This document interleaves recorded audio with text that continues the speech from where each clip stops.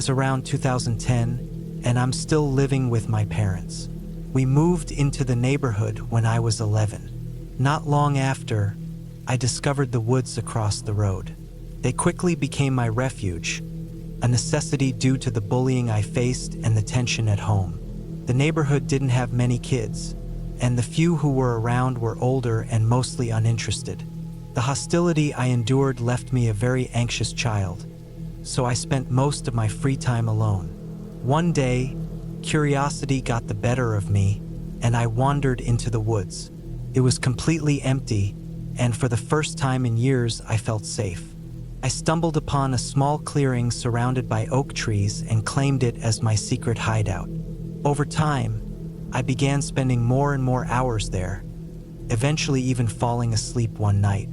When I returned home the next day, I expected my parents to be furious, but they hadn't even noticed I was gone. That gave me all the excuse I needed, and I started camping out in my hideout occasionally. First, no one missed me. I realized I'd need camping gear to make my stays more comfortable. I tried sneaking things from home, but they didn't last long. Asking my parents for money was not an option. So I began knocking on doors, offering to mow lawns. I had no idea how to mow a lawn, but that didn't matter. The real issue was finding a lawnmower. I secretly borrowed my dad's mower for jobs until he caught me and gave me a harsh punishment. Luckily, by then, I'd earned enough to buy a worn-down mower of my own. It wasn't great, but it got the job done. Once I saved up some money again, I rode my rickety bike 7 miles to a tiny surplus store. I bought a backpack filled with what I thought were essential camping supplies. Excited to try it out, I skipped a week of school to camp in my hideout. This wasn't just a hobby. It became my only source of happiness and a sense of security. For the next several years, I only went to school enough to avoid trouble and spent all my free time in the woods. By now, I saw those woods as my territory.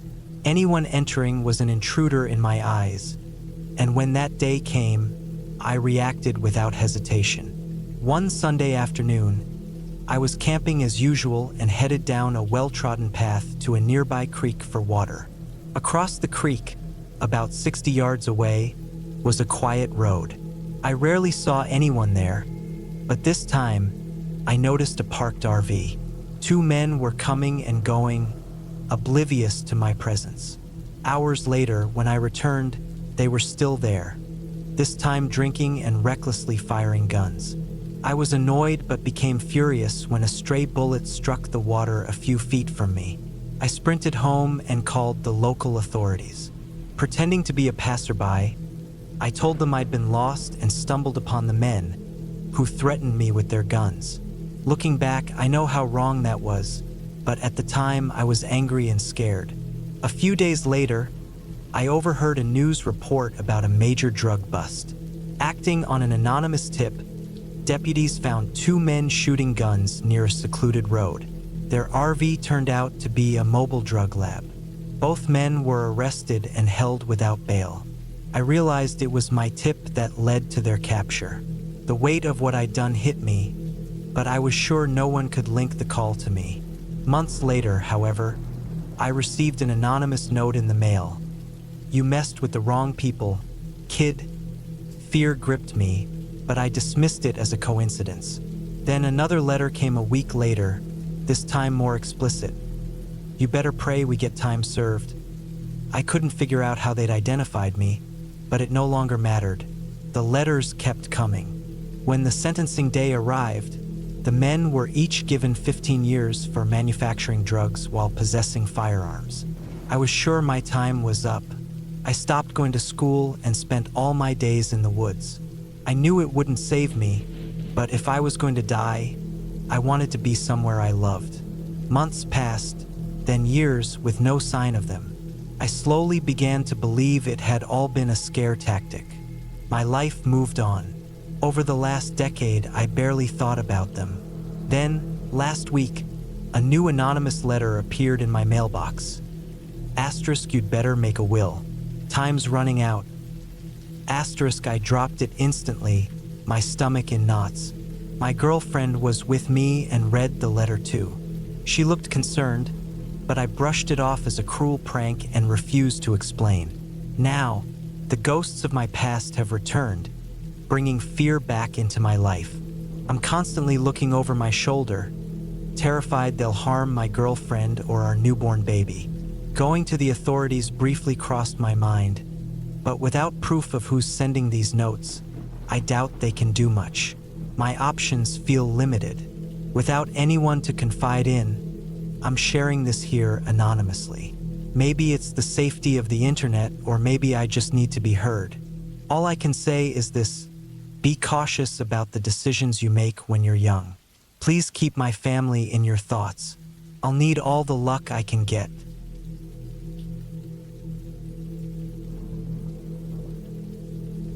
In early summer 2018, I set off on a long-awaited camping adventure in the western region of the country. The trip had been nearly 2 years in the making, and it marked my first time camping while equipped with firearms. The drive to my destination was delightful, and I gained new appreciation for that part of the country. Upon arrival, I parked my car and contacted a friend to confirm I had reached safely. After reviewing my plans one final time, I embarked on the hike to my chosen campsite. The first day passed peacefully. The weather was so pleasant that I decided to sleep beneath the stars beside my fire.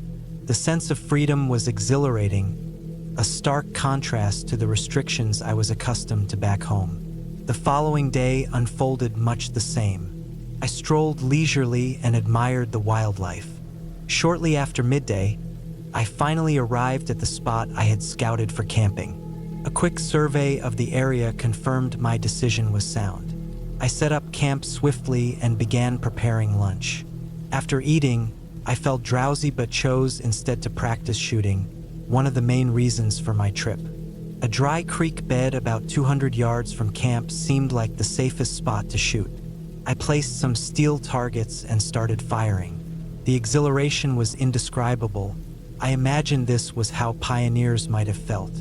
I had gone through a box of ammunition and was reloading my rifle when distant gunfire echoed through the hills. The sound intrigued me and I decided to investigate. The shots sounded like they came from multiple firearms, making me uneasy. Sensing potential danger, I returned to my campsite, a decision I continue to both regret and be thankful for.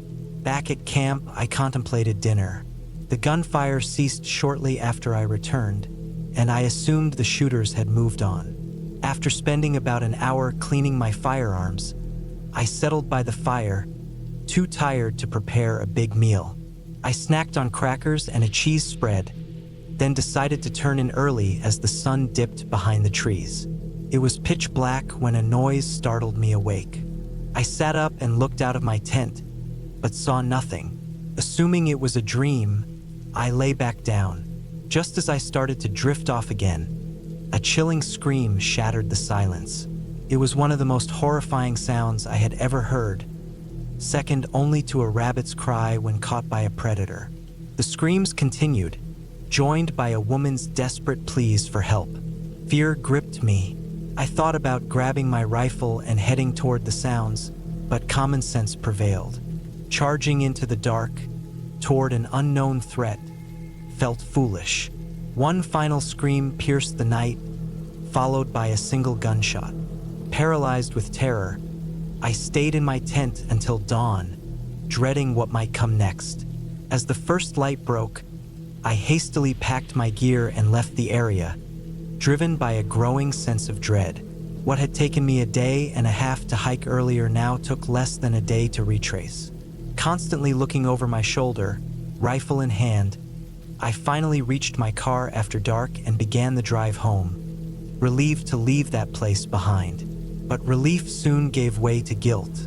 I replayed the events in my mind, berating myself for not acting. I had likely heard a woman in distress, possibly being murdered, and I had done nothing. The drive home was a torment, a battle between shame and logic. I alternated between self-loathing for my inaction and convincing myself that rushing into such a situation would have been reckless. Eventually, I learned the truth.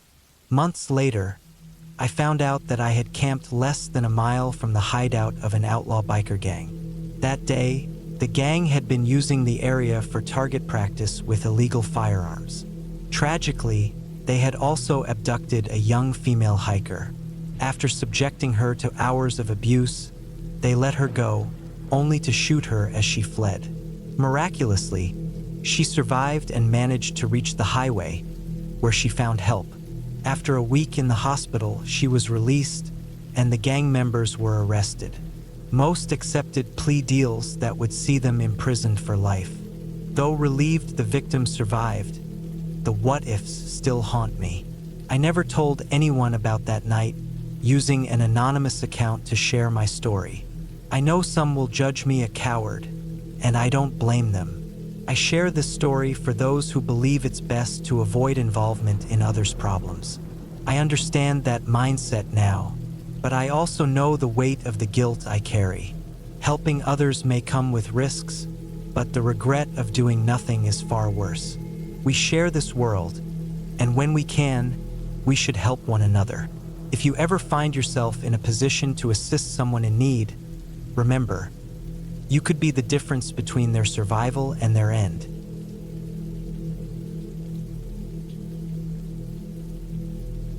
When I was a kid, life was far from steady. After splitting from my dad, my mom had a series of bad relationships, even letting some of her boyfriends move in. When I was around 13, she married a guy named Mike, someone she met at the bar where she worked. Mike was a complete jerk who tried unsuccessfully to act like my dad. Mom had worked hard to keep my dad and me apart, but I always knew he cared about me and wanted to be in my life. Before the divorce, my dad and I would spend time hunting, fishing, and camping. Those experiences gave me a deep love for the outdoors, a love that eventually made my decision to live in the woods feel natural. By the time I turned 16, I couldn't handle Mike's controlling behavior anymore. Despite being unemployed most of the time, Mike expected me to wake up at 8 a.m. daily. Unlike him, I worked 5 days a week and had been saving up to move out since my sophomore year. Getting away from him and my mom was a top priority. I even dropped out of school after the first semester and earned my GED. My dad wasn't thrilled about it, but he understood and signed the paperwork for me. On my rare days off, I liked to sleep in, feeling I deserved it. But Mike would barge in, yelling at me to wake up. One day, fed up and stressed from work, I told him to leave me alone. He looked like he was about to hit me, so I reacted by knocking him to the ground. That was the breaking point. I knew he'd call the cops, so I grabbed my backpack and left, never planning to return. Without a solid plan or transportation, I wandered aimlessly for most of the day. By evening, I found a wooded area on the outskirts of town, walked far enough in to stay hidden, and set up a basic camp. I built a fire and made a bed out of clothes and leaves. Surprisingly, I slept well that night, though I hadn't intended to stay in the woods long term. I figured I'd quickly find an abandoned place to stay until I saved enough money, but it wasn't that simple. Any decent spot was either secured or dangerous, like the one place overrun by a gang. That night, I realized life with Mike might have been better than some of the alternatives. As another weekend ended, I returned to my forest camp, determined to make it work. Sleeping on the ground wasn't sustainable, so I went to a store and bought a sleeping bag and a tarp. Using foil to line my makeshift shelter helped retain heat from the fire, making the cooler nights bearable. I kept myself clean in public bathrooms and did laundry at a 24-hour laundromat. Sometimes I even slept there on laundry days. Eventually, I found a stream near my camp where I could bathe. Despite my situation, I kept my job, which helped me stay afloat. The woods weren't without their challenges. A railroad track ran through the area, bringing hobos who camped about half a mile from me. I first stumbled upon their camp by accident, using the tracks as a quiet way to avoid police. One evening, I noticed a fire in the distance and cautiously approached. I found 3 older men sitting around it. After watching for a while, I decided they weren't a threat and joined them. Over time, I became part of their group, spending evenings listening to their stories and sharing my own. One night, a man named Jack joined the group. He seemed harmless but grew aggressive as he drank. Something I said set him off and he attacked me. The others intervened, giving me time to escape. From then on, I avoided strangers at the camp. This rule worked until I let my guard down with a newcomer. A few months later, I met a guy my age named Kyle. He seemed friendly, and we spent a couple of evenings talking around the fire. On the second night, he asked to borrow money. When I said no, he pulled a knife and demanded cash. I was terrified but lied, claiming I had none. When he didn't believe me, he slashed my arm as I tried to run. Just as things looked bleak, one of the regulars, Pete, appeared and knocked Kyle out with a wooden club. Pete had overheard Kyle's plans to rob me and stepped in to help. After that, Kyle left and I never saw him again. The incident pushed me to move forward with finding a place to live.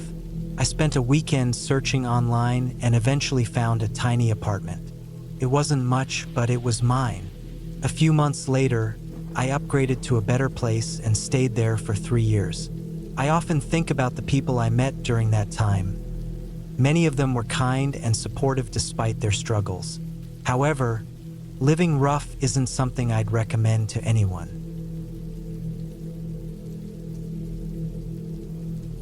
This is an experience my partner and I had earlier this year, right after restrictions were lifted in our region.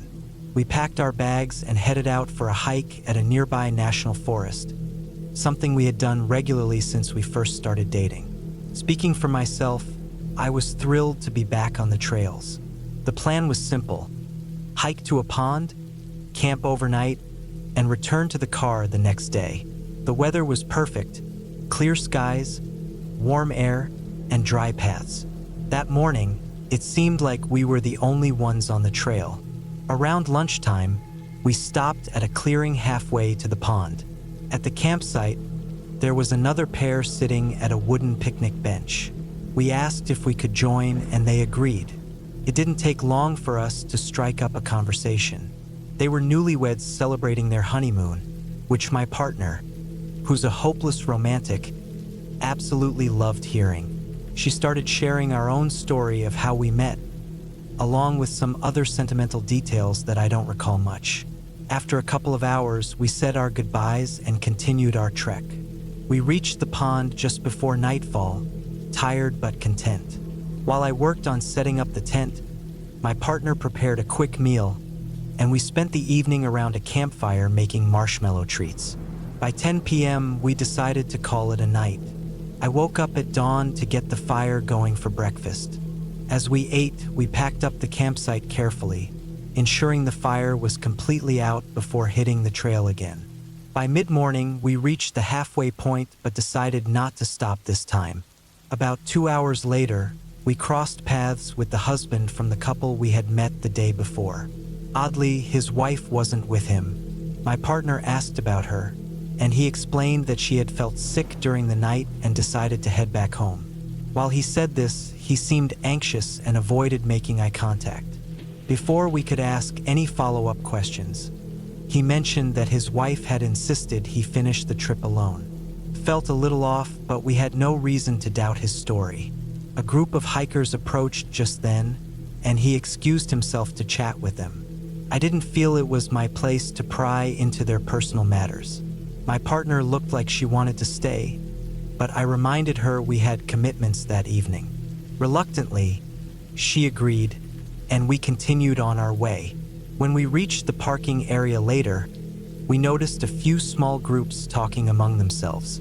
As we loaded our gear into the car, more vehicles, including a ranger's truck, pulled into the lot. Again, I didn't think much of it at the time. That afternoon, back home, we went about our usual routine. It wasn't until breakfast the next day that everything took a turn. While having coffee, I turned on the TV and caught a news report about a deceased hiker. When they showed her photo, I nearly choked. It was the woman we had met just 2 days prior. I called my partner over to confirm what I was seeing. Without hesitation, she gasped, recognizing the woman. Moments later, the screen displayed a wedding photo of the couple, leaving no doubt it was them. The news said the woman had fallen from a cliffside, a popular overlook we had visited in the past. According to her husband, they had been watching the sunrise when she lost her footing and fell hundreds of feet.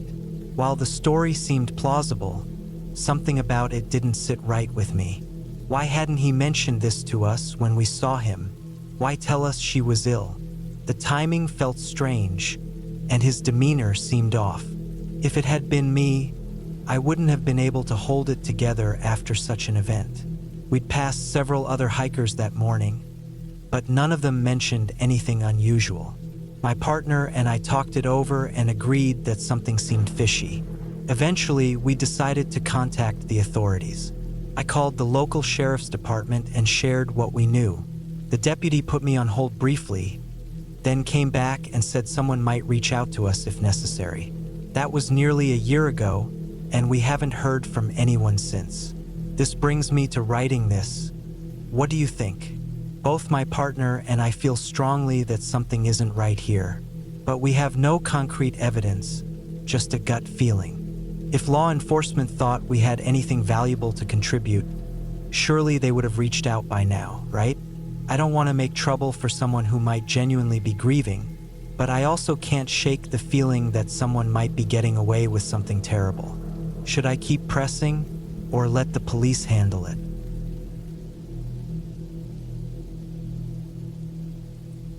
The story is set during the summer of 2007. I had spent several years hiking trails in a nearby national forest. The hour-long drive to the forest went smoothly, as usual.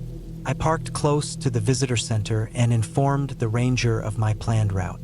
After a final check of my gear, I began the 2-mile trek to my usual campsite. At the time, I had no idea someone's life had just taken a tragic turn, and mine was about to change too. My passion for the outdoors had developed a few years earlier, following a deeply personal loss after a major tragedy. While I wasn't directly involved, I had lost someone incredibly dear to me. She and I had been close during our college days but had drifted apart. The internet helped us reconnect, and we began making plans to meet during the holiday season. We even discussed rekindling our relationship. When I got the devastating news of her passing, it shattered me. I sank into despair and even considered ending my own life. I packed my gear and hiked to a secluded spot, intending never to return. But when I arrived, the natural beauty of the area struck me. Despite my grief, the tranquility of the mountains gave me a reason to hold on. From that moment on, nature became my refuge. Whenever my emotions overwhelmed me, I sought solace in the wilderness. Now, back to that summer in 2007. By then, my outdoor retreats had become a routine. That first evening passed uneventfully. The following day, I decided to hike into one of the nearby gorges. These explorations often rewarded me with unique stones and artifacts for my growing collection. After a quick breakfast of instant oatmeal, I set out along the trail. While descending a steep cliffside, a sudden glimmer of light caught my attention. At first, I couldn't pinpoint its source. Moments later, another flash briefly blinded me. I squinted and spotted a pair of arms waving frantically about 50 feet below. I hurried down the trail, stopping at a rocky ledge to get a better view. As I stepped onto it, I felt the ground shift under my weight. Before I could react, the ledge gave way and I fell. The descent seemed to last forever. Bracing for impact, I clenched my teeth. To my relief, I landed relatively unharmed, having only fallen about 15 feet. Lying on my back, I took a moment to collect myself. Remembering why I had rushed there, I tried to stand, only to realize my left foot was wedged tightly between two boulders. After several attempts, I managed to free it by pushing one rock aside and pulling my leg out. Looking around, I saw the figure I had noticed earlier. a woman lying motionless to my right. Carefully making my way down, I approached her. At first, she appeared lifeless, but then her lips moved slightly. I knelt beside her, speaking softly to calm her. Her eyes fluttered open, and a faint smile crossed her face. "I thought no one would find me," she whispered in a hoarse but kind voice. "Do you have any water?" I quickly grabbed my canteen, which was a bit battered but still functional. Tilting it gently, I let her sip a small amount to avoid overwhelming her stomach.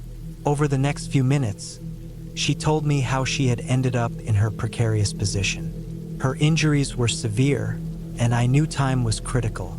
I promised to get help and wrapped her in a fleece jacket from my pack.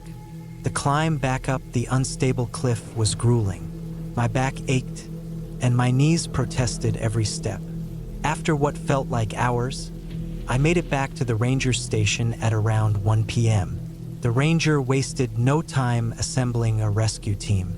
An ambulance took me to the hospital for evaluation, and I spent the night there.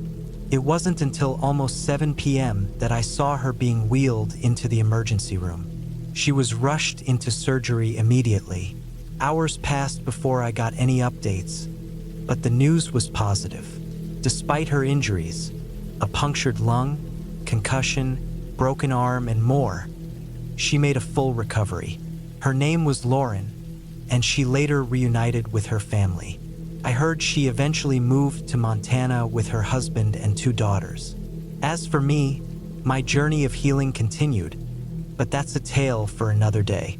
I'm just glad I was there to help Lauren in her darkest hour and wish her a life filled with happiness and love.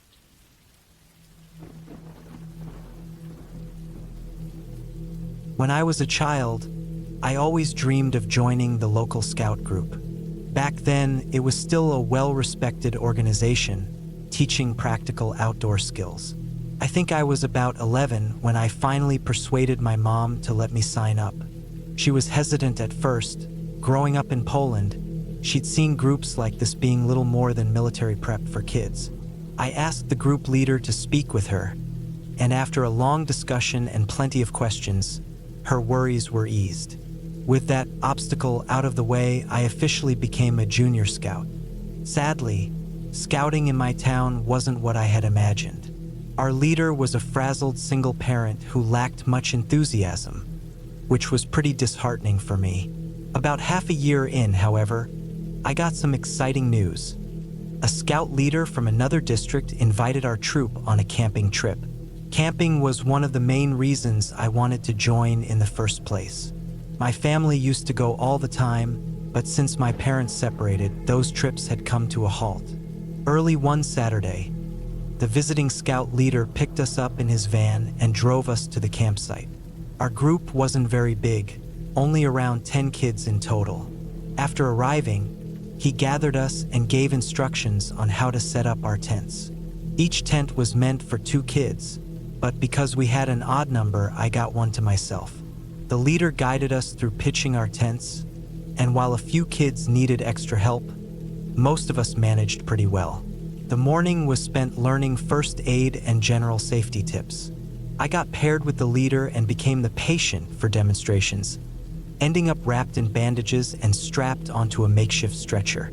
It was actually a lot of fun and turned out to be quite educational. After finishing our first aid lessons, we had lunch and took a short break. By mid-afternoon, we gathered for archery practice, which I was thrilled about.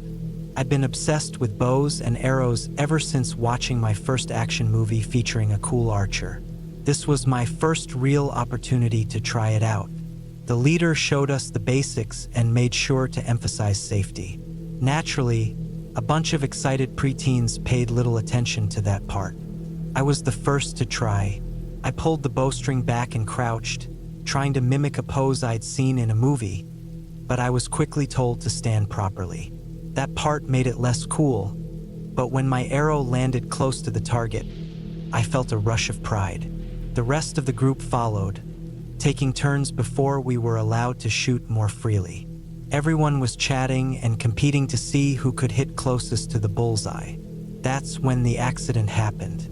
One boy, Nathan, was talking to another kid, Alex, while holding his bow. Nathan had an arrow loosely drawn when Alex said something that made him turn suddenly. Somehow, Nathan lost control and the arrow flew. It struck Alex in the chest, going in about 7 inches. Chaos erupted. The leader shouted for the first aid kit, while Alex clutched at the wound, struggling to breathe. 2 of the older kids were sent running to the ranger station to get help. The rest of us stood frozen, unsure of what to do. Nathan, meanwhile, was pacing back and forth, repeating, "I'm sorry," over and over until the leader snapped at him to stop. The ambulance arrived after what felt like an eternity, probably about 20 minutes. The trip ended immediately after that. Everyone hurried to pack up, and we rode back home in silence, aside from Nathan's sobbing. His guilt was overwhelming, and even at that age, I felt bad for him. Thankfully, the next morning we heard that Alex had undergone surgery and was stable. The arrow had punctured a lung but missed his heart by an inch. He made a full recovery, which came as a relief to everyone. Nathan later apologized directly to Alex, and from what I heard, Alex forgave him. It was ruled a tragic accident, and no charges were filed. As for me, my time as a scout ended there. When my mom found out what had happened, she immediately pulled me out of the group. I wasn't too upset, though. I ended up picking up BMX riding instead, which turned out to be a much safer hobby.